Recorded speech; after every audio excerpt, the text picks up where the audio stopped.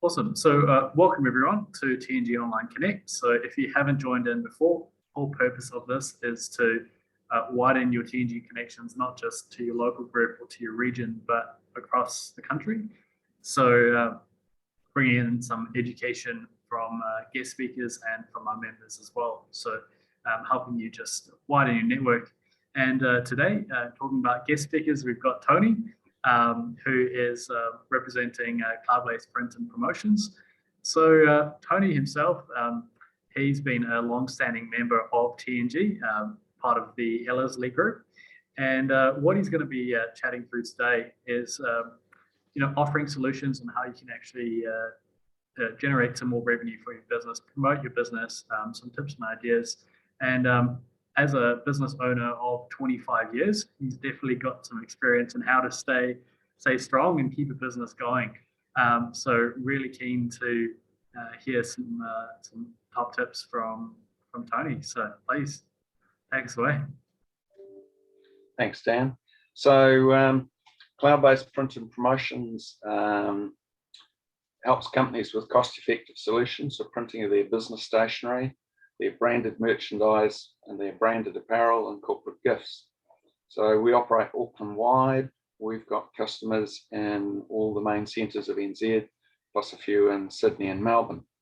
The advice that we offer on products is likely to save customers money, assist in increasing sales, assist in increasing brand exposure and recognition, and in conveying their message. When Melanie asked me to talk this morning, the brief was to be educational rather than a sales pitch. So I've ditched my normal screed of slides of products and talking a little bit more about our journey of how we've survived the last 25 years and got to where we are at present. So some of the processes we cover with customers, and that seems to resonate with them and keeps them returning. So back in the early 90s, our main source of leads was Yellow Pages advertising, business box, mail drops, and cold calling, all of which I absolutely hated. And I wondered how I was going to stay in business having to do this all the time. So one day, chatting with a real estate customer I just delivered some flyers to, we were commiserating about just these things, that how business had to survive on cold calling and Yellow Pages advertising. And she said, "Oh, Tony, you should come along to a networking group that I've recently joined." And I thought, "Oh yeah, I'll give it a go." So about a week later, I rocked up to a meeting, and it was held in a basement meeting room in a pub in Vulcan Lane. It was dark, the carpet was sticky, it smelt of last night's cigarette smoke and beer, and I was really sitting there questioning, was this really going to be useful for me in building a business? So the 60-second presentation started going around the room, and there was a lady architect sitting next to me. She stood up and she said, "Oh, I don't want to talk about architecture this morning. I want to talk about my 70-year-old father who's coming up to his 70th birthday, and we're families putting together a This Is Your Life video." Shows how long ago it was, video of your life. And we want to get Helen Clark, the then Prime Minister, to preface it. Her father had been a staunch Labourite all his life, and she said that would be something really special for him.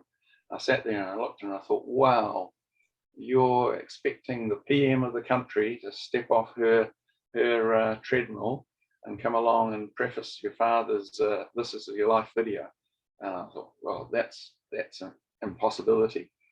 60 seconds continued around the room. Opposite me was a lady photographer. She stood up and she said, "I'm doing a photo shoot with Helen next week. I'll ask her." And the deal was done. And that for me was a real light bulb moment of how you can harness your network of of people you do business with, your associates, to achieve a business goal and grow your business. And the only thing you have to do is keep visibility, keep credibility with those people, and ask some very targeted questions.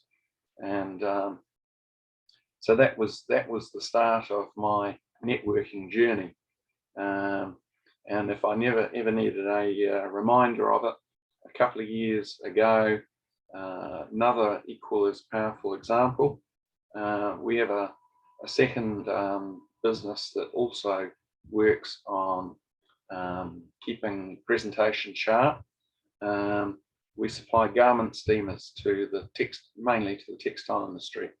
They're most unashamedly the most expensive garment steamers available in the NZ, but they are also the best quality and the longest lasting.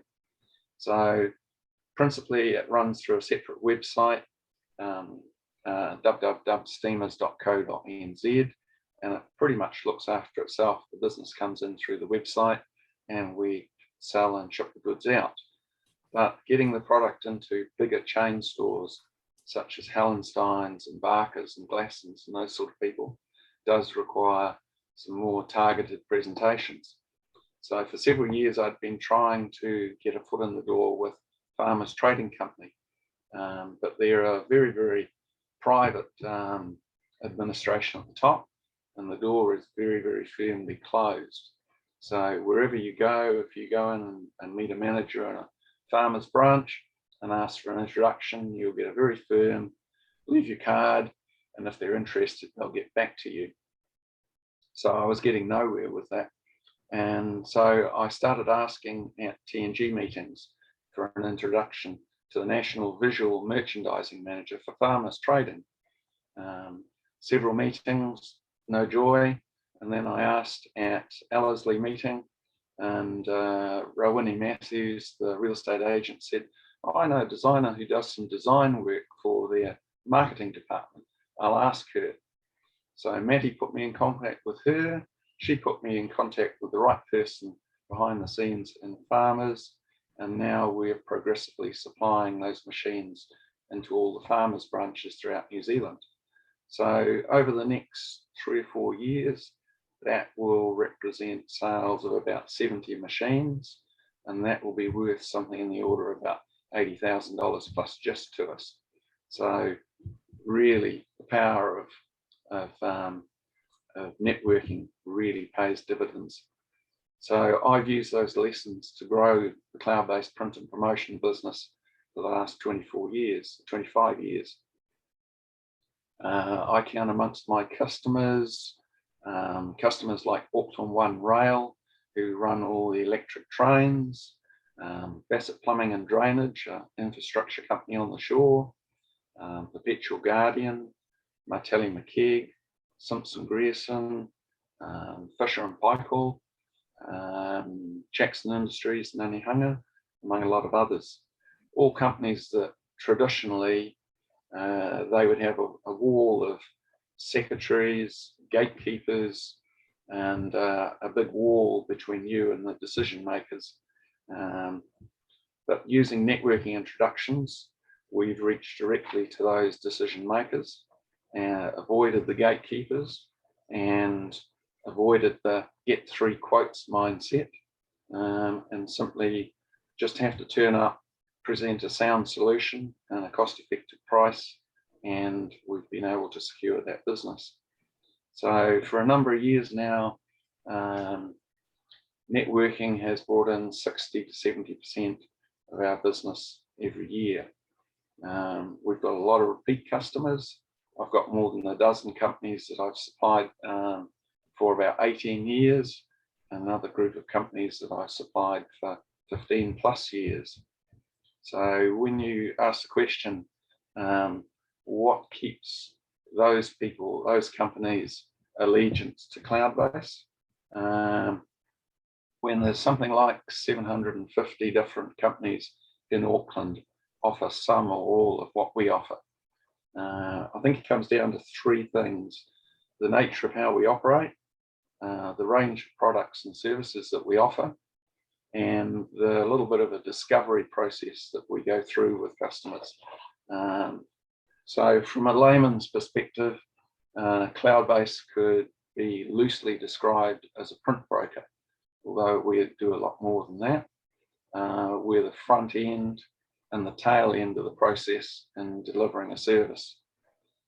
We manage the whole thing from end to end. We take accountability for the transaction. We set up the order. We organise the proofing, make sure the customer knows exactly what they're going to get. They see a visual of it beforehand.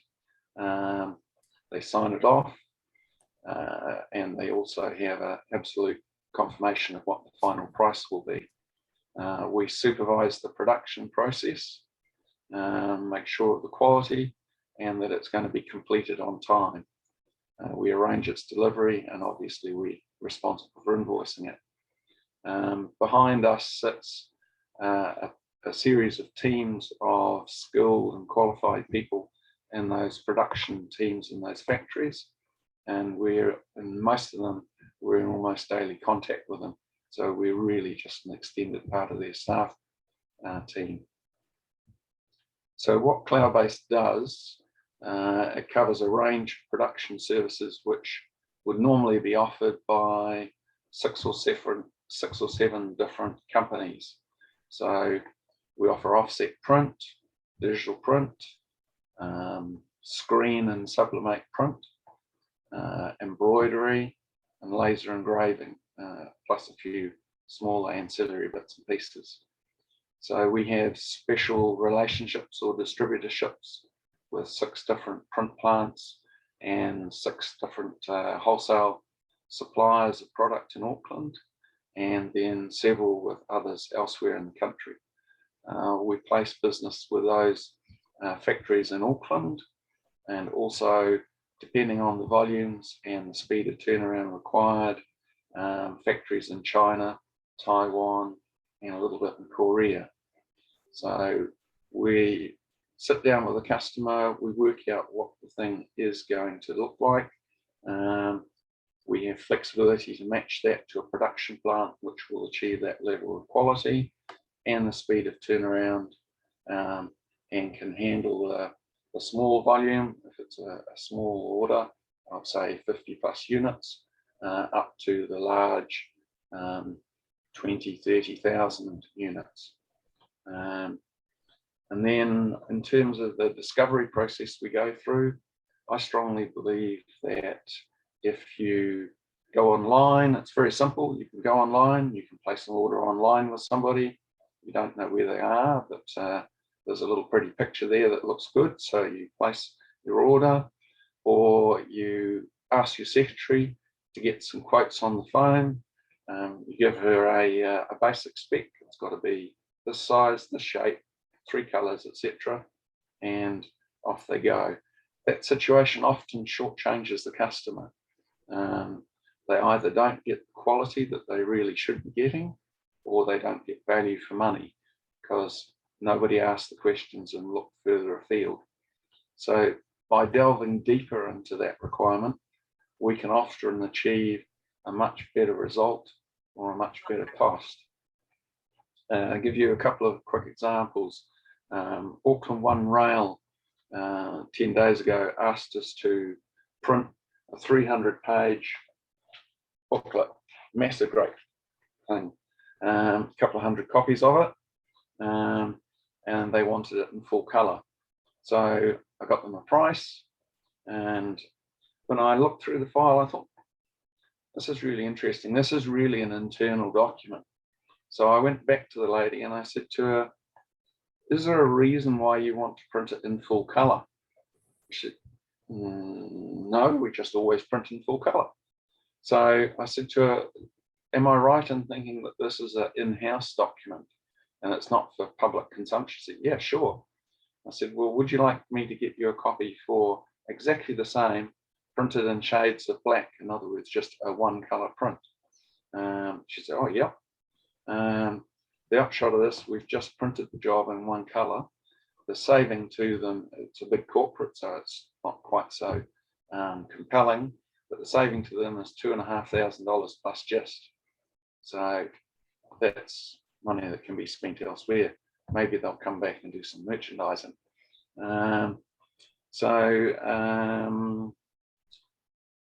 Second description of the same sort of process. Several years ago, we were asked to print 5,000 brochures for a company called Workflow Max. They are now absorbed in part of Xero. They sent us some specs, quoted, they accepted the quote. They then sent us the file. It was on a disk, and when I opened the disk, I noticed that there was a file there for our brochure, and there was another version of the brochure with Australian phone numbers and contact details on. So I went back to the customer and said, "Oh, what's the story with the second version?" He says, "Oh, we're shortly going to launch in Australia, and we were going to get that printed in Australia." I said to him, "Do you know that if we combine that and print both those brochures together on a larger press, you'll get quite a bit of saving?" He said, "Oh, great. We've got a whole lot of stuff to go to Australia, so it can just go in without shipping, and it won't cost us anything for the shipping." That saved them over $2,000. So delving a bit deeper and asking the questions is really one of the things that I enjoy digging into.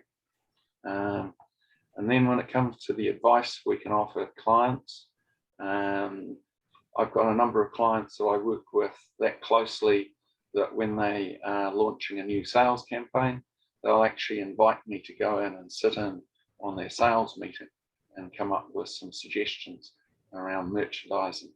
And that sort of in at the ground roots, understanding what's required, turns out to bring them some products that give some really good value for money. So particularly in the branded merchandising area, there's a little discovery process that will help refine what the customer's asking about to give a good result. So, excuse me. When a customer asks us to supply and brand a merchandise, I like to delve down and say, find out what's its purpose, why are they doing it, what sort of quality is required. In other words, is it a disposable thing that we're going to hand out willy-nilly, and it just needs to do the job, but we don't want to have a high unit cost? Or is it something that we're giving as an acknowledgement, a thank you for some business done, and you want that to really stand up to the test and be a really nice piece of merchandise? What's the demographic of the recipients that you're hoping are going to use it? Are they young? Are they old? Are they going to use it in a business environment? Is it going into a residential address? All these sorts of questions. And then finally, how is the product going to be delivered? The answers to these questions will help inform our recommendations or suggestions on product selection. For instance, one that crops up fairly regularly at present is a couple of hundred hand sanitizers branded with a 1 or 2 color print on. May work out at, say, about $5 a unit. That sounds quite a good deal, but if you have to then turn around and add $6 a unit to it to courier them out to each of your individual customers, suddenly it's become quite expensive. And as an aside to that, did you know that if you've got 1,000 hand sanitizers sitting in the corner of the office, stored and slowly being fed out, that they're actually classed as a dangerous good? And if the fire services come in, they'll say that they're not being correctly stored, and that will give you complications with your insurance policy. So hand sanitizers are a dangerous good when they're stored in any volume, and they require special storage. And if you're sending those same hand sanitizers out on courier, maybe a box at a time, they're actually a hazardous good. So in terms of carriage, they have to be specially carried by special couriers and shouldn't just be on your normal everyday courier post, whatever. So there's all sorts of little stuff that we can contribute and help people on. And then I'd like to talk just a little bit about the challenges of branding. I can offer a lot of tips and suggestions along the way. If we get involved with designers at the stage where a logo is being designed, there's a lot of suggestions we can help with if a lot of the use of that logo is going to be on merchandise. Designers often think about a design for a logo in terms of how it will appear in print, on a letterhead, on a brochure or a business card. And you can have some really nice, fine detail, even on a business card, because digital print will reproduce that very, very well. But when you go to put that same logo on a piece of merchandise, the ballpark changes substantially. Fine detail is a problem. It can't be reproduced clearly by one of the predominant processes used in branding merchandise, and that's pad printing.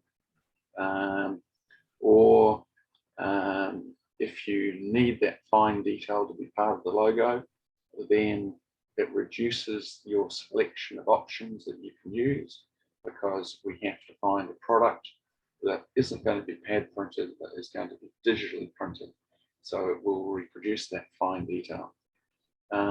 Drop shadows on text, graduated fades with backgrounds, and larger text. These can't be reproduced in pad printing, nor can they be reproduced in embroidery. So it means that the logo has to be changed, or if you're in at the ground roots when that logo is being designed, the designer can come up with some options bearing that in mind. Ornate graphics, scripted graphics, italicized graphics are also issues in branding. If you pad print a scripted set of text, you're likely to find that the E's and A's and the dots on the I's will all merge together. And then the other thing, we do an awful lot of printed pens. We've always got orders going through for printed pens.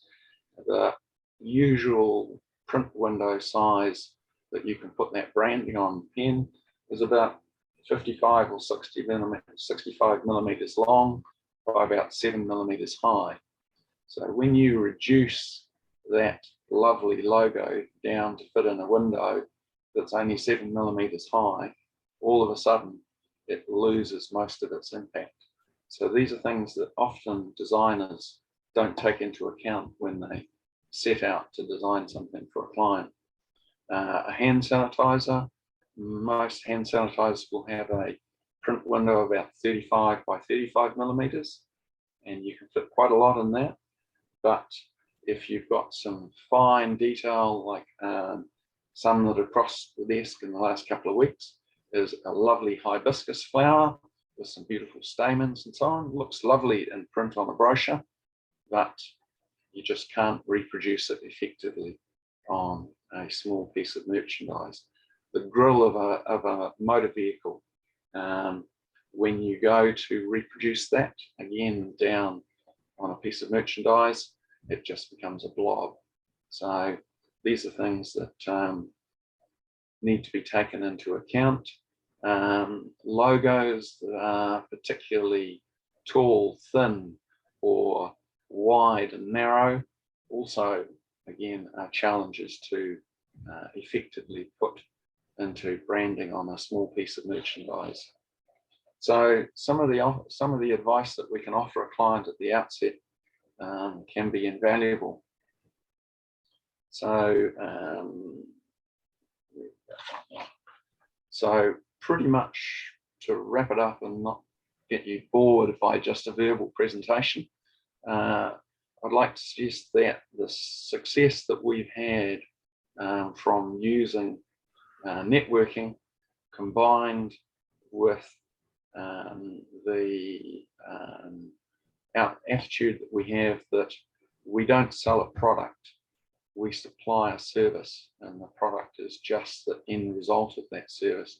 I think that's probably the key thing that's enabled us to grow a business and be successful. And just in conclusion, I'd just briefly like to mention the 3 most in-demand products right now. Umbrellas. There's a wide range of umbrellas in terms of quality, whether you need an umbrella that you'll take out on the golf course this week, or a smaller diameter one that you might take to walk down Queen Street after you've been to the movies, or one that you're going to take to Wellington and expect to bring back and not dump in the rubbish bin. So there's a wide variety of quality. A good average quality item needs to be printed in usually 25 units minimum quantity, and the start off price for the 1-colour print on is usually about $23.50 plus gist. So if you're thinking about umbrellas at all, there's a lot of options. Soft shell jackets, they are very, very popular, either a full jacket or a jacket vest version. There's 10 or so different styles on our website, embroidered with your company logo and name, left chest, for about 20 units. The price starts somewhere at about $28 plus just each. And if you want something that you want a little bit more subtle, you don't want it in so much as in your face, as embroidered, they can be laser engraved. That gives you a tone-on-tone effect. It's quite subtle. You catch it in the light rather than seeing it in your face, and that is a really professional finish. People like the lawyers and so on are particularly fond of those. And then I've mentioned hand sanitizers before. They're again a really popular item. We're doing a lot of it. We've got 9 different styles of hand sanitizers with a 1-colour print on. They start from about $3 a unit plus just for 250 units. So if you're considering referring your own company or one of your clients, you can check us out on Google. Cloudbase Print and Promotions has something like 60 plus 5-star reviews on it, give you an idea of how we've helped people.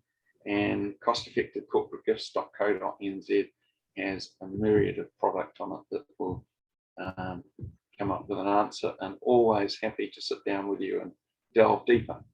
So I hope that's not too quick and skipped it too lightly. Have anybody got any questions?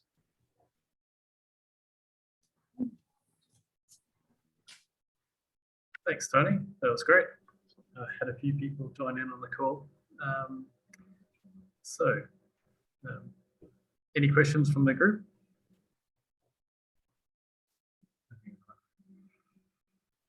I haven't got any. Oh, okay. I haven't got any questions, but I just want to say, Tony, it's lovely to see you. It's a while since I've been able to meet up with you, but you have moved on incredibly in what you're offering now. Not only is it interest in the client, but you're helping the client and through making suggestions, you're improving perhaps what they are thinking about. So congratulations, and it's just to see the business growing over the time since I've met with you. Thanks. So what are you saying, Tony, is the trend? Trends in terms of, you know, what's happened, what are people stopping doing and what are people starting doing? People are taking a lot more care and spending of their dollars. COVID brought a total halt to the conference and trade shows, etc. But that is slowly returning, albeit in a smaller scale quite often, of smaller numbers, which again brings the challenges of smaller numbers means that you can't gain the same economy through numbers of production. So you have to be even more focused on finding a product that will suit and how it's branded to come up within their budget. I would say that's probably one of the main trends, is that we don't have the flexibility of a company saying, oh, we want 3,000 of those. That's great. We will do that business in China. We've got a 15-week lead time to your trade show or your conference. That's not a problem. And we can do that at $3 a unit. Whereas now they're saying we're only going to have between 50 and 70 people attending.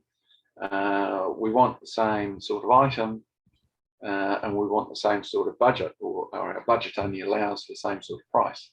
So we have to be even more diligent in coming up with ways to achieve that without compromising on the quality. Tough. So, so who are you after at the moment? Who are you going after the most in terms of customers? Our ideal referral is companies with a staff of 6 or 7 plus. The larger tradies are always good customers, and right now the larger tradies have more funds in their pocket because they're so busy and they've got so much income coming in. And the professional groups, the accountants, the lawyers, the mortgage brokers have always been good clients for us, right from the sole traders up to, again, those people with 6 or 7 staff. And again, the mortgage brokers right now are being hit a bit hard, but everybody else is consistently keep on reordering product. I've got people like, say, for instance, Loan Market. I've dealt with Loan Market for 10 or more years, and they just keep on trickling through. So those sorts of people are our ideal referrals. Okay. Thanks. So Tony, for a small business who wants to get noticed, and if they had a limited budget, what would be the one key item that you'd recommend that they went with? One of the first things I would canvass with them is whether a branded pen suits them, because a branded pen has the greatest coverage for a small business. They can take it into, for instance, their bank manager or their lawyer and leave it with them. And if it's the right item, have the expectation that it's going to get used. They can take it out to a little residential customer and expect that it'll be used. Or they can take it to a large corporate prospect and present it there. So it gives them the greater flexibility rather than have some product for the little residential customer and have to buy a separate product for the big corporate customer. Pens doesn't suit every last situation, but it provides the greatest flexibility. And so that would be one of my early things that I would canvass with them. And actually, just talking about branded pens, if you are either yourselves or ever talking to customers who are involved in the spray painting, house painting, or other industries where they use a lot of solvents, never ever suggest to them that they should buy a printed pen. It needs to always be a pen that has been engraved, because anybody who's using those solvents and so on will find that you've got a residue on your hands, and very shortly that print that has been put on the pen will evaporate and disappear and smudge off. So anybody in those sorts of fields, I always recommend it should be an engraved pen. Slightly more expensive, but it will do the life of the pen and still be there when the refill's long since run out and they've replaced it a couple of times. Cool. Oh, thanks, Tony. Cool. Good advice there from you. So if there's no more questions, just have a quick look through.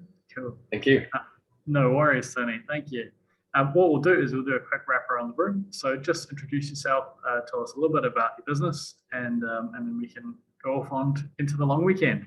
So what I'll do is I'll start.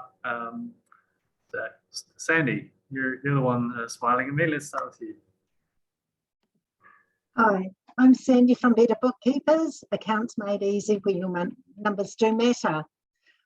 It's important that you actually know where you actually spend your money, that you actually do receive financial invoices, financial reports at the end of the month, so you know. So if I actually said to you, where did you spend the largest amount of money last month, other than in rent or in wages, what would you say to me?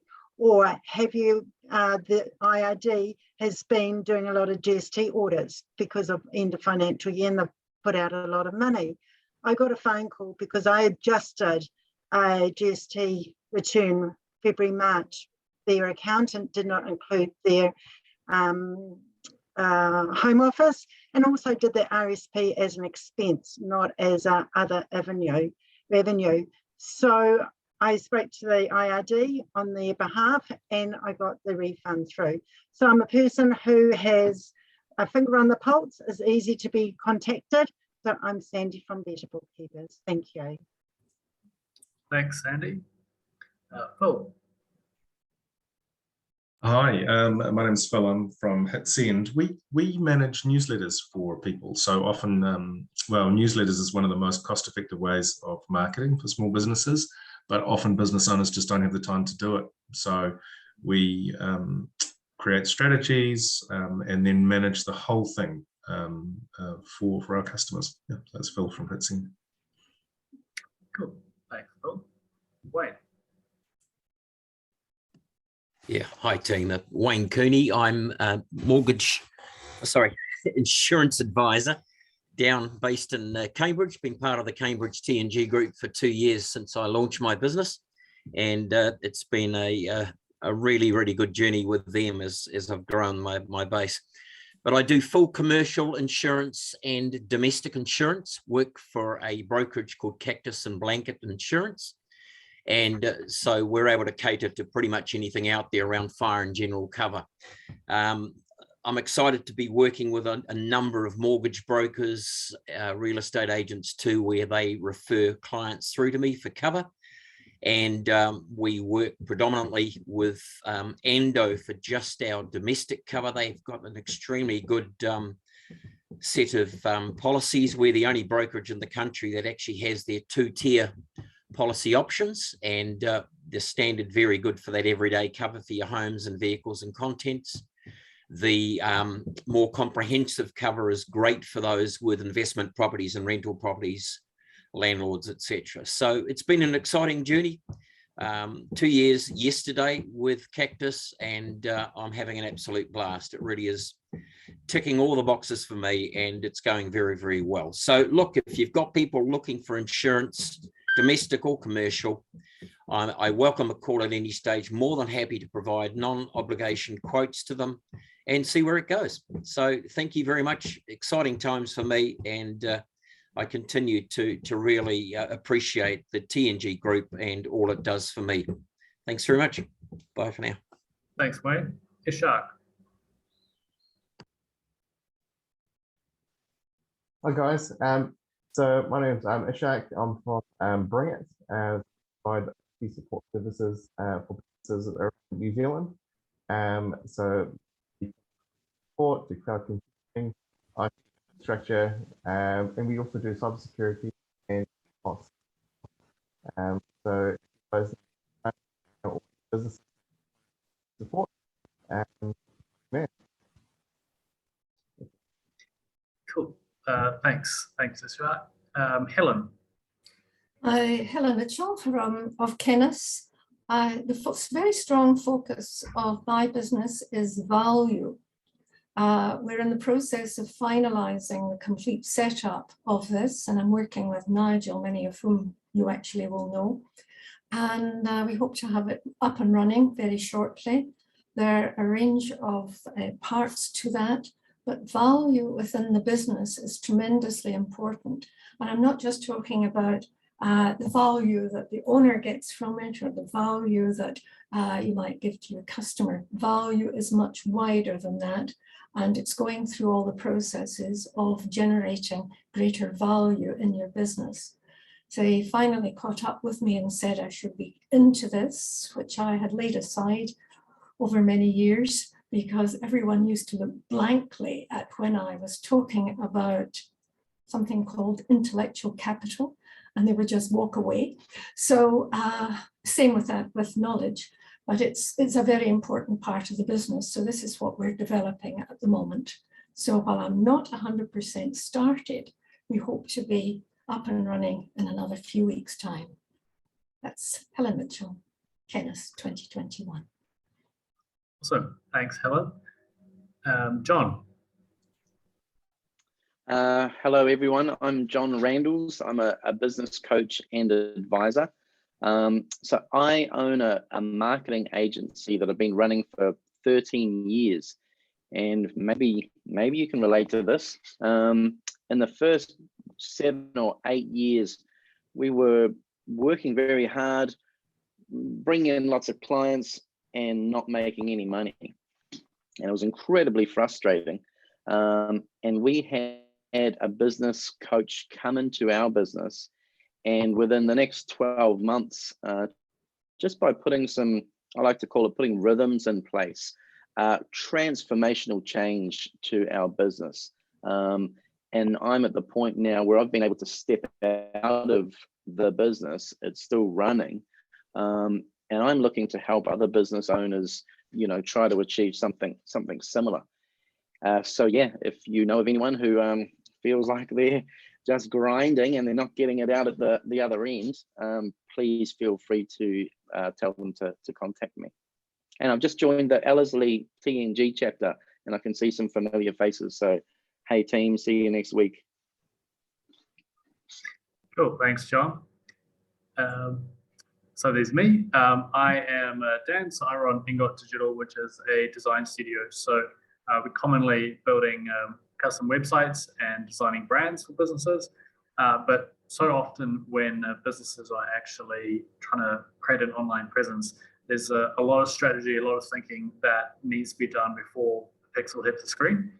So a lot of the time what we're doing is actually helping businesses work out who their target market actually is, how they should be promoting their product, what their brand attributes are, what their brand voice is, and then obviously design is just the visualization of words. So if we can obviously get that vocabulary that they use for their business right, get it targeted to their business, then we can obviously design a heck of a lot better.